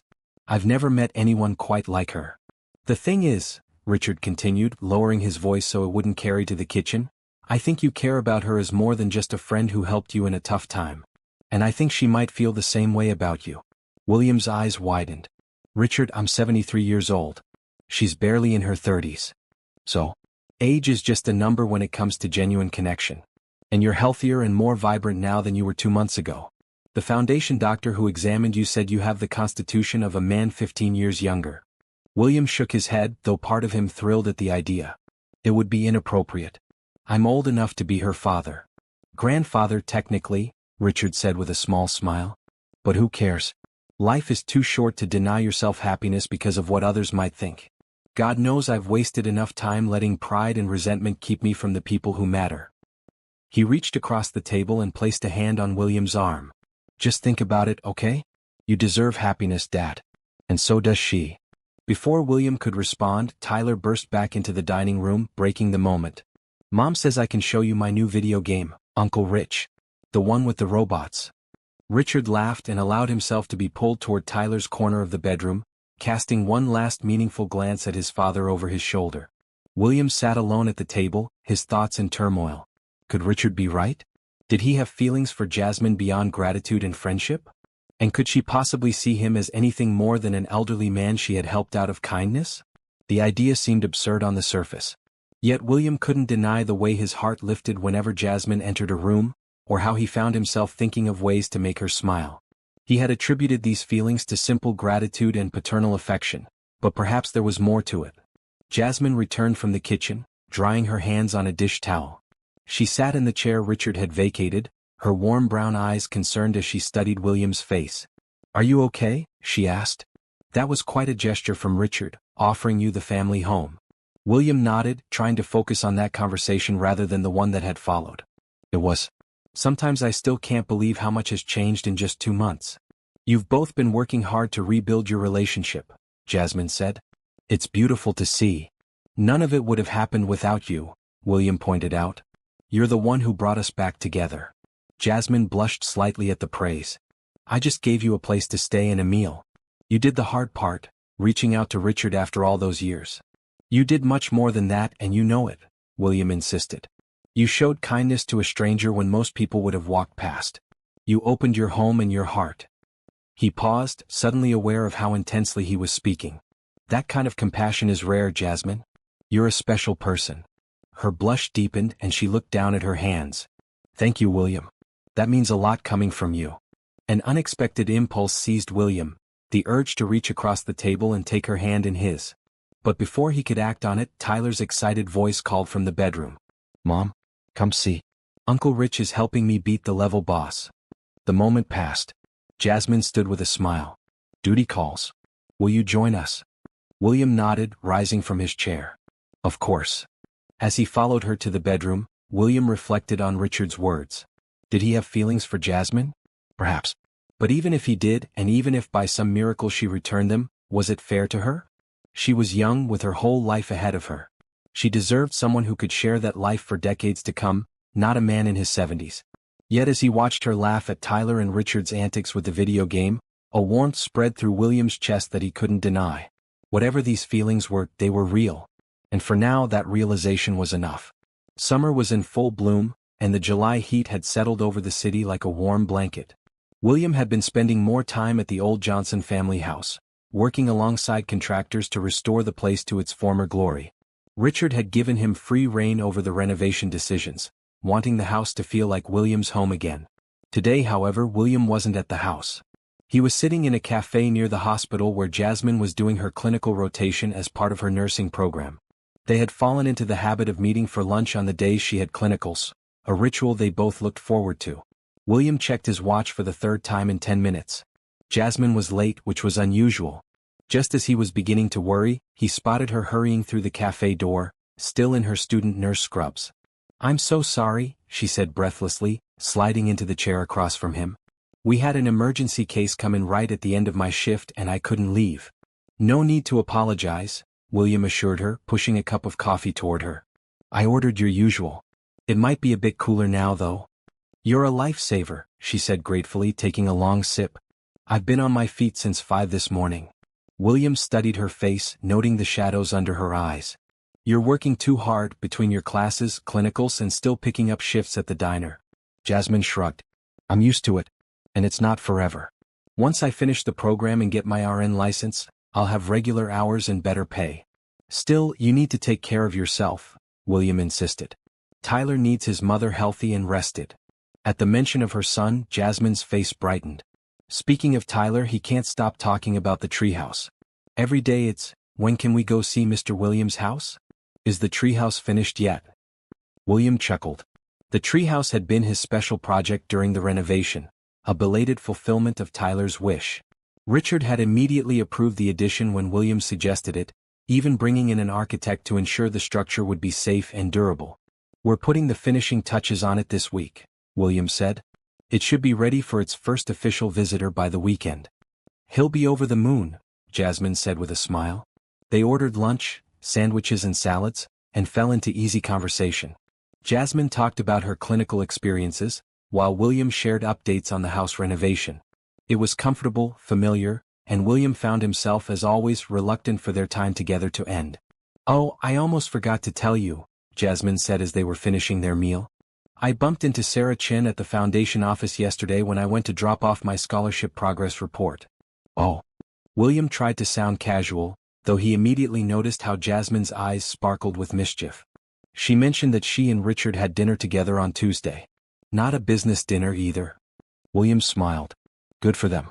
Richard needs someone like Sarah in his life, someone who sees him as a person, not a billionaire or a CEO. Exactly what I was thinking, Jasmine agreed. And she seems to genuinely care about him, not his money or status. Just like someone else I know, William said softly, meeting her eyes. Jasmine looked momentarily confused, then understanding dawned. You mean me? With you. She laughed lightly. Well, you weren't exactly flashing wealth when I found you on that park bench, William. No, but you knew I was Richard's father before you invited me to dinner at Azure. You could have tried to use that connection for your own benefit, but you never did. Of course not, Jasmine said, suddenly serious. That's not why I helped you. I didn't even know Richard was your son until later. I know, William said simply. That's what makes you special. A slight blush colored Jasmine's cheeks and she looked down at her empty plate. William had noticed she'd been doing that more often lately, blushing when he complimented her or when their eyes met for too long. Or perhaps he was just noticing it more because he'd been looking for it since his conversation with Richard. How is the apartment hunting going? William asked, changing the subject to something safer. Jasmine had been looking for a larger place for herself and Tyler, now that her financial situation had improved thanks to the foundation's support. Still looking, she sighed. Everything in a decent school district is so expensive, even with the housing allowance from the scholarship. I don't want to move Tyler too far from his friends, but I also want him to have his own bedroom. You know, William began hesitantly, the Johnson house has plenty of room. The renovation will be finished in about a month. Richard and I were talking and we both thought, well, maybe you and Tyler might consider moving in there.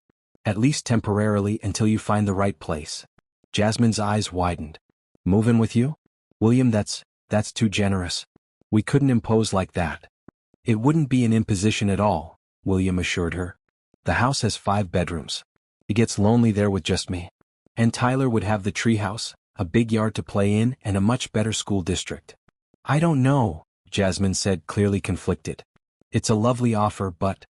Just think about it, William said, not wanting to pressure her. No rush to decide. Jasmine nodded, though William could see the wheels turning in her mind. He knew she was practical enough to see the benefits of the arrangement, but also proud enough to be wary of accepting too much help, even from friends. After lunch, William walked Jasmine back to the hospital for her afternoon class. As they stood outside the entrance, she surprised him by giving him a quick hug. Thank you for lunch. And for the offer about the house. I promise I'll think about it. William watched her disappear through the hospital doors, a familiar warmth spreading through his chest. These feelings had only grown stronger over the past weeks, despite his attempts to view Jasmine in a strictly platonic light. Richard's observation had hit closer to home than William wanted to admit. Later that evening, William was at the Johnson house, working late to finish some trim work in what would become the main living room. The house was coming along beautifully. The contractors had addressed the structural issues, updated the electrical and plumbing systems, and completed most of the major renovations. Now it was down to the finishing touches: paint, trim, fixtures, the details that would make the house feel like a home again. The sound of a car pulling into the driveway drew William's attention. Through the window he saw Richard's sleek sports car and smiled. His son had been stopping by regularly to check on the renovation progress, and William suspected, to spend time together outside the formal context of the foundation or business meetings. Dad. Richard called as he entered through the front door. You still here? In the living room, William replied, setting down his tools. Richard appeared in the doorway, looking slightly out of place in his expensive suit amidst the sawdust and paint cans. Wow, this room is really coming together, he commented, surveying the space. Mom would have loved what you're doing with it. The mention of his ex-wife no longer brought the sharp pang of regret it once did. She always did have good taste, William agreed. Remember how she used to rearrange the furniture every season? Richard laughed. How could I forget? I'd come home from school and all the furniture would be in different places. Used to drive you crazy. Because I was always the one who had to help move the heavy pieces, William said with a chuckle. These shared memories had become a healing balm for their relationship. Rather than avoiding the past, they had begun to revisit it together, acknowledging both the good times and the difficult ones. I brought dinner, Richard said, holding up a paper bag. Thought you might be hungry after working all day. They sat at the makeshift table William had set up in the kitchen, sharing the gourmet takeout Richard had brought. As they ate, Richard filled William in on his latest projects at Summit Tech and more tentatively on his growing relationship with Sarah. "We're taking things slow," he explained. "She's different from women I've dated in the past. More real." William nodded understandingly. "Those are the relationships worth investing in." "Speaking of relationships," Richard said, casually shifting the conversation, "have you given any more thought to what we discussed? About you and Jasmine?" William sighed. "It's complicated, Richard. Yes, I care for her deeply. And sometimes I think maybe she might feel something for me too. But the age difference is significant but not insurmountable," Richard interjected. "Dad, I've seen how she looks at you. It's not just gratitude or friendship." "Even if that's true," William said, "what could I offer her? She's young, beautiful, intelligent. She could have anyone. She could. But maybe she wants you." Richard leaned forward earnestly. "Look, I'm not saying you should propose tomorrow. But at least be honest with her about your feelings. Give her the chance to make her own decision." William was silent for a long moment, considering his son's advice. "I offered to let her and Tyler move in here once the renovations are complete," he finally said. "As a temporary arrangement until she finds a larger apartment." Richard raised an eyebrow. "And what did she say?" "That she'd think about it." "Well, that's a start," Richard said with a smile. "A chance to see if domestic life together might work." "It's not like that," William protested. "It's just practical. This house is too big for just me and they need more space." "If you say so," Richard replied, his tone making it clear he wasn't buying the purely practical explanation. "Just promise me you won't let fear stop you from taking a chance on happiness. I've seen too much of that in my own life." After Richard left, William remained at the kitchen table, turning their conversation over in his mind. Was his son right? Was he letting fear hold him back from pursuing a relationship with Jasmine? And if he did pursue it, what would that mean for all of them? Himself, Jasmine, Tyler, even Richard? The next day, William was putting the final touches on the treehouse when his phone rang. It was Jasmine. "I've been thinking about your offer," she said without preamble. "About Tyler and me moving into the Johnson house." "And?" William prompted when she paused. "I think it makes sense. For now, at least. If you're sure it wouldn't be an imposition." William's heart leaped. "I'm absolutely sure. When would you want to move in?" "The lease on my apartment is up at the end of next month. Would that timing work?" "Perfectly," William assured her. "The renovation should be completely finished by then." After they hung up, William stood in the treehouse doorway, gazing out at the backyard of the Johnson house, a house that would soon be filled with life again. Tyler playing in the yard, Jasmine studying at the kitchen table, the sounds of family once more echoing through rooms that had been silent for too long. Whether or not anything romantic developed between him and Jasmine, William knew one thing for certain. His life had been transformed by her kindness. From a homeless man on a park bench to a man with purpose, family, and hope for the future. All because one woman had seen his humanity when others had looked away. Whatever happened next, he was grateful for that chance encounter that had changed everything. And as he descended from the treehouse, William made a promise to himself. He would find the courage to be honest with Jasmine about his feelings, whatever the outcome might be. After a lifetime of regrets, this was one chance he couldn't let slip away. The day of the move arrived with perfect late summer weather. The Johnson house stood ready, its renovation complete.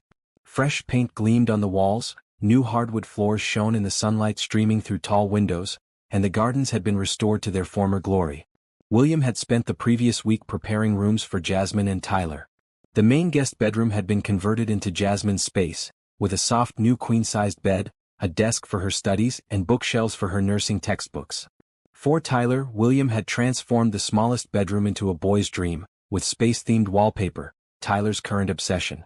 A loft bed with a desk underneath and shelves for his growing collection of books and toys. Richard had arranged for professional movers to handle Jasmine's belongings, despite her protest that she didn't have that much to move. Now, William stood on the front porch watching as the moving truck pulled into the driveway, followed by Richard's car with Jasmine and Tyler inside. Tyler was the first to burst out of the car, racing toward William with excitement. "Is the treehouse ready? Can I see it now? Is that my window up there?" William laughed, ruffling the boy's hair.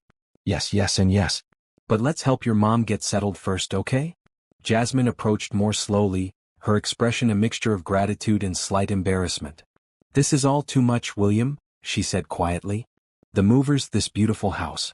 I feel like we're taking advantage." "Nonsense," William replied firmly. Having you and Tyler here will make this house a home again. You're doing me a favor. Richard joined them, instructing the movers about which boxes went where. Dad's right, he told Jasmine. This place was feeling too much like a museum. It needs a family. The word family hung in the air between them. Jasmine glanced at William, then quickly looked away. They hadn't discussed his offer beyond the practical aspects. Which rooms they would use, how they would share the common spaces, who would handle which household tasks. The deeper implications of their living arrangement had remained unspoken. The move-in went smoothly. By evening, most of Jasmine and Tyler's belongings had been unpacked and arranged in their new rooms. Richard had insisted on taking them all out to dinner to celebrate, and now they were returning home, Tyler nearly asleep in the back seat of Richard's car. Let me carry him in, William offered as they pulled into the driveway. He's had quite a day. Gently lifting the drowsy boy from the car, William carried him into the house and up to his new bedroom. Tyler stirred slightly as William laid him on the bed. Is this home now? Tyler murmured sleepily.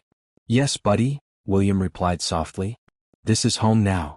Good, Tyler said, his eyes already closing again. I like being here with you and Mom. William's heart swelled as he removed Tyler's shoes and pulled the covers over him. Downstairs, he could hear Richard and Jasmine talking quietly in the kitchen. As he descended the stairs, he caught the tail end of their conversation. Just want you both to be happy, Richard was saying. He's changed so much since he met you. William cleared his throat as he entered the kitchen, and both turned to look at him. Tyler's out like a light, he reported. Didn't even need a bedtime story. All the excitement tired him out, Jasmine said with a smile. Thank you for setting up his room so beautifully. He loves it. Richard glanced at his watch. I should get going. Early meeting tomorrow. He hugged Jasmine goodbye, then embraced his father. Enjoy your first night in the family home, he said. All of you. After Richard left, William and Jasmine found themselves alone in the kitchen, an unfamiliar awkwardness between them. They had spent countless hours together over the past months, but this was different. They were now sharing a home, embarking on a new phase of their relationship, whatever that relationship might be. Would you like some tea? William offered, breaking the silence. Or there's wine if you prefer. Tea would be lovely, Jasmine said, looking relieved at the mundane suggestion. As William put the kettle on and prepared 2 mugs, Jasmine wandered around the kitchen, running her hand over the smooth countertops and peering into cabinets. This kitchen is a chef's dream, she commented. I can't wait to cook in here. It's all yours, William told her. I'm a passable cook at best. Always have been. Then I'll teach you, Jasmine said, her eyes lighting up. Tyler and I love cooking together. You can join our little culinary team. The easy way she included him in family activities touched William deeply. I'd like that, he said softly.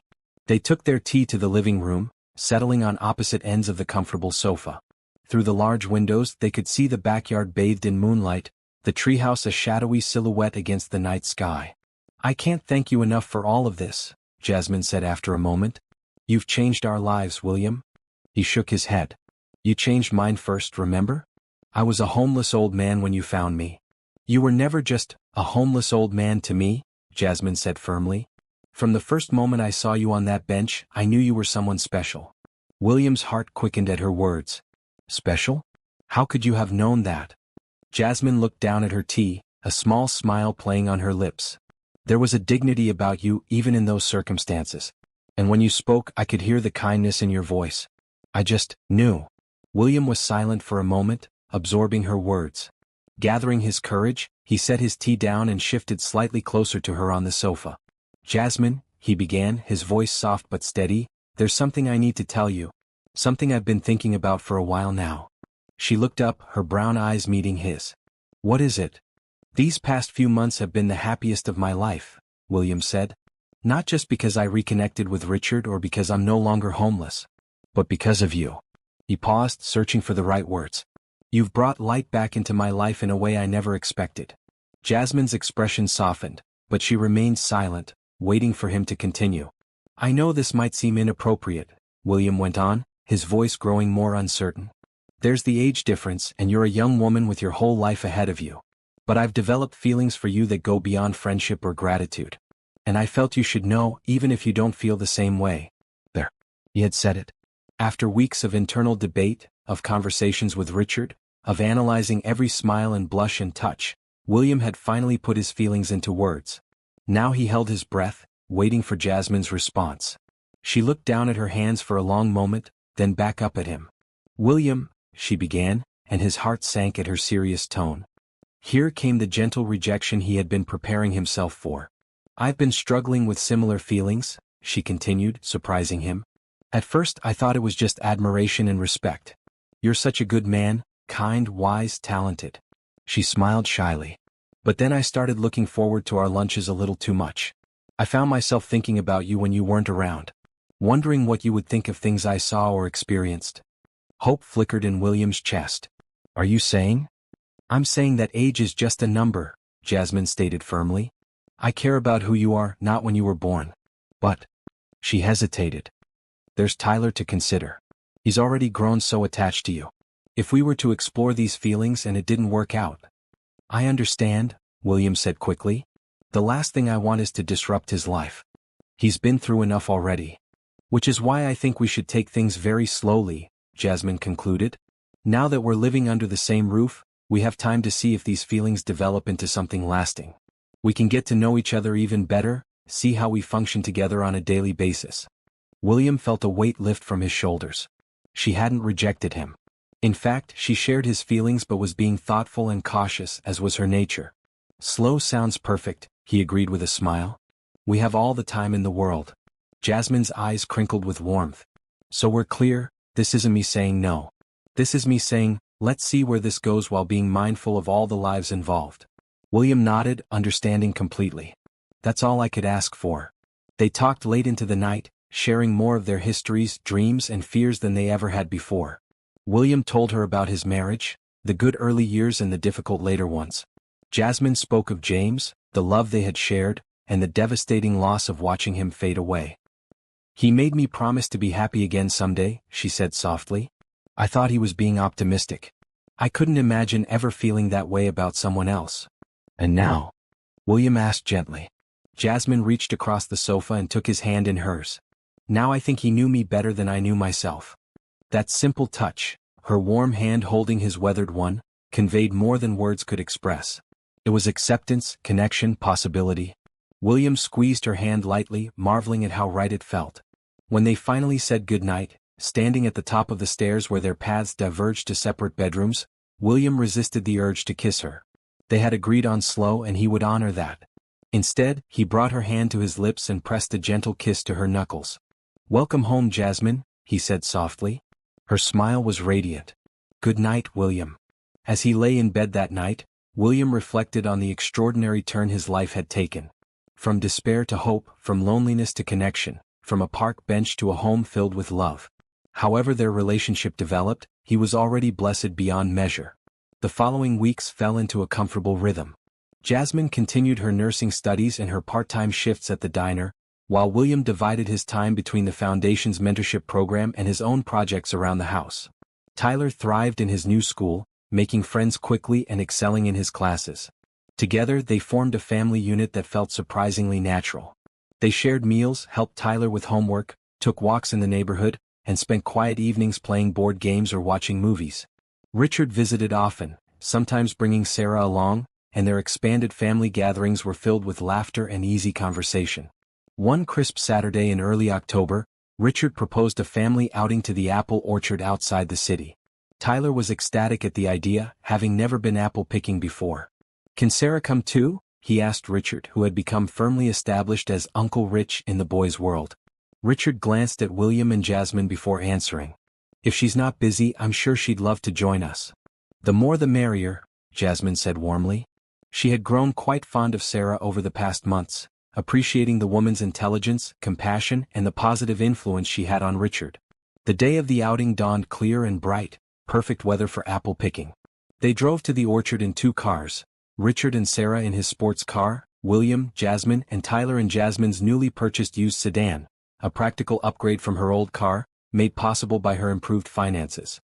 The orchard was bustling with families enjoying the fall tradition. Tyler ran ahead excitedly, pointing out the biggest, reddest apples he could spot.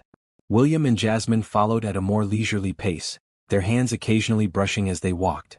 They had maintained their agreement to go slow, but small touches and meaningful glances had become more frequent between them. "He's in heaven," Jasmine observed, watching Tyler race from tree to tree. "Look at that smile." "It's good to see him so happy," William agreed. "He's adjusted so well to all the changes in his life." "Children are resilient," Jasmine said. "And he's had plenty of support." She glanced at William with warm eyes.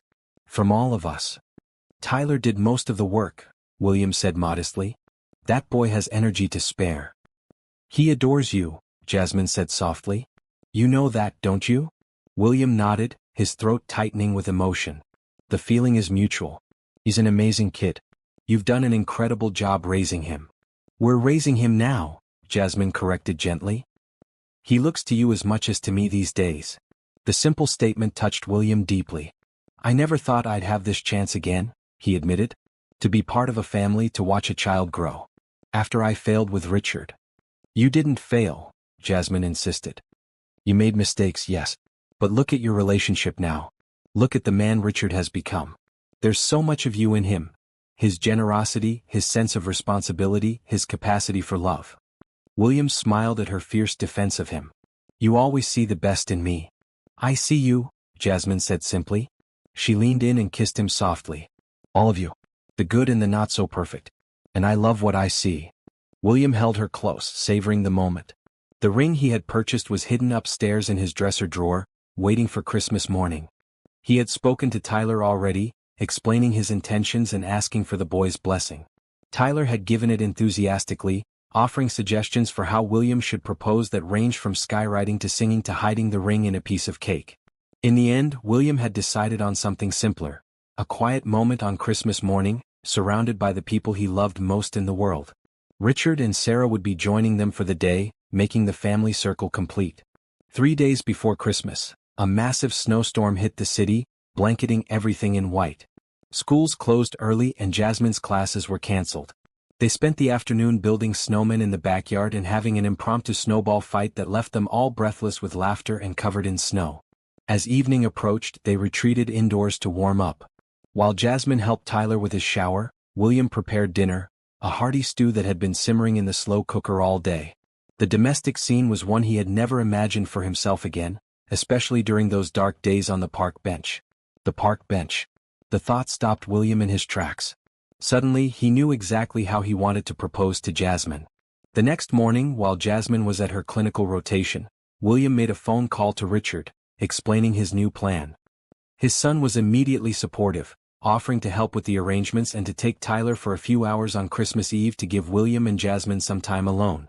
On Christmas Eve afternoon, as planned, Richard arrived to pick up Tyler, ostensibly to take him last-minute shopping for Jasmine's gift. The boy winked conspicuously at William as they left, barely able to contain his excitement about the secret they shared. "Would you like to go for a walk?" William asked Jasmine after they had gone. "It's beautiful outside with all the snow, and we have a few hours before we need to start preparing dinner." "That sounds lovely," Jasmine agreed, bundling up in her winter coat, scarf and gloves. They walked hand in hand through the neighborhood, admiring the holiday decorations on the surrounding homes. The day was clear and crisp, the fresh snow crunching beneath their boots. William guided them gradually toward the park where they had first met, his heart beating faster as they approached. "Remember this place?" he asked as they entered the familiar green space, now transformed into a winter wonderland. Jasmine looked around, recognition dawning in her eyes. "Of course. This is where we met." Her gaze fell on a specific bench, now cleared of snow and decorated with a simple red bough. "That's the bench where you were sitting." William nodded, leading her toward it. "That day changed my life forever," he said softly. "I was at my lowest point, with nothing but regrets behind me and little hope for the future." They reached the bench, and William gestured for her to sit. As she did, she noticed something small and red nestled in the center of the bough, a velvet ring box. "William," she whispered, her eyes widening. He took the box and knelt before her, ignoring the cold snow seeping through his pants. "Jasmine, that day you showed kindness to a stranger, you set in motion a chain of events that led to this moment. You helped me reconnect with my son, find purpose again, and most importantly, discover love when I least expected it." He opened the box, revealing a simple but elegant diamond ring. "You and Tyler have become my family in every way that matters. I love you both more than I ever thought possible." Would you do me the extraordinary honor of becoming my wife? Tears filled Jasmine's eyes, sparkling like the snow around them. Yes, she said without hesitation. Yes, William. I love you. With slightly trembling hands, William slipped the ring onto her finger. It fit perfectly. He rose from his kneeling position and sat beside her on the bench, the same bench where their story had begun, and pulled her into a warm embrace. Their kiss was sweet and tender, full of promise for the future they would build together. When they finally broke apart, Jasmine laughed softly, wiping away happy tears. Tyler's going to be over the moon, she said. He's been dropping hints for weeks about us getting married. He already knows, William admitted. I asked for his blessing. He gave it quite enthusiastically and had many creative suggestions for this proposal. Jasmine laughed again. Let me guess, skywriting? A flash mob? A singing telegram? All of the above, plus a few more elaborate scenarios, William confirmed with a chuckle. But I thought this place held special meaning for us. It's where our journey started. It's perfect, Jasmine assured him, looking around at the snow-covered park. Full circle. They sat together on the bench for a while longer, planning their future, talking about the wedding, small and intimate, they both agreed, and marveling at the unlikely path that had brought them together. As the afternoon light began to fade, they walked home hand in hand, Jasmine's ring catching the last rays of the winter sun. The house welcomed them back with warmth and light, their Christmas tree visible through the front window. Richard's car was in the driveway, and as they entered, they were greeted by Tyler's excited voice. Did you ask her? Did she say yes? Can I see the ring? William and Jasmine exchanged amused glances. Yes to all three questions, William confirmed, and Tyler let out a whoop of joy.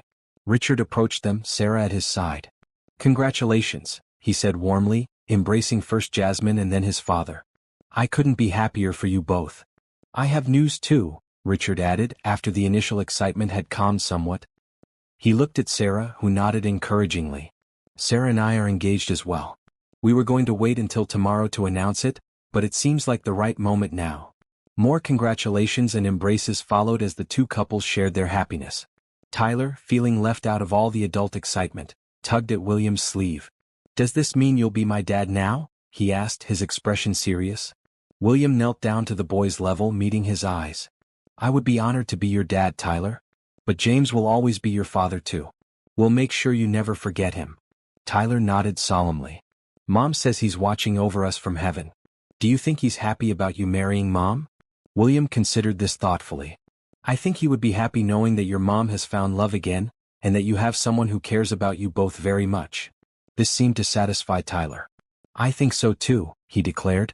Then, with the quick change of focus only children can manage, he added, Can we have Christmas cookies now? The adults laughed, the solemn moment breaking into joy again. As they moved to the kitchen for cookies and hot chocolate, William caught Jasmine's eye across the room. The love he saw reflected there filled him with profound gratitude. From homeless to hopeful, from alone to surrounded by family, from empty to overflowing with love, William's journey had come full circle. And now, with Jasmine by his side, a new circle was beginning. Later that night, as the house grew quiet and Tyler finally fell asleep after the excitement of the day, William and Jasmine stood together at the living room window, watching snowflakes begin to fall gently from the night sky. Merry Christmas, my love, William whispered, holding her close. Merry Christmas, Jasmine replied, leaning into his embrace. The first of many. As the snow continued to fall, covering the world in a blanket of white, William reflected on the unexpected gift life had given him. A second chance at love, at family, at happiness. All because one kind-hearted woman had seen beyond his circumstances to the person within. In a world that often moved too fast to notice those in need, Jasmine had stopped to help a stranger. And in doing so, she had changed both their lives forever. Their story, a testament to the power of kindness, the healing of forgiveness, and the unexpected paths love can take, had only just begun. And whatever challenges lay ahead, they would face them together, strengthened by the journey that had brought them to this moment.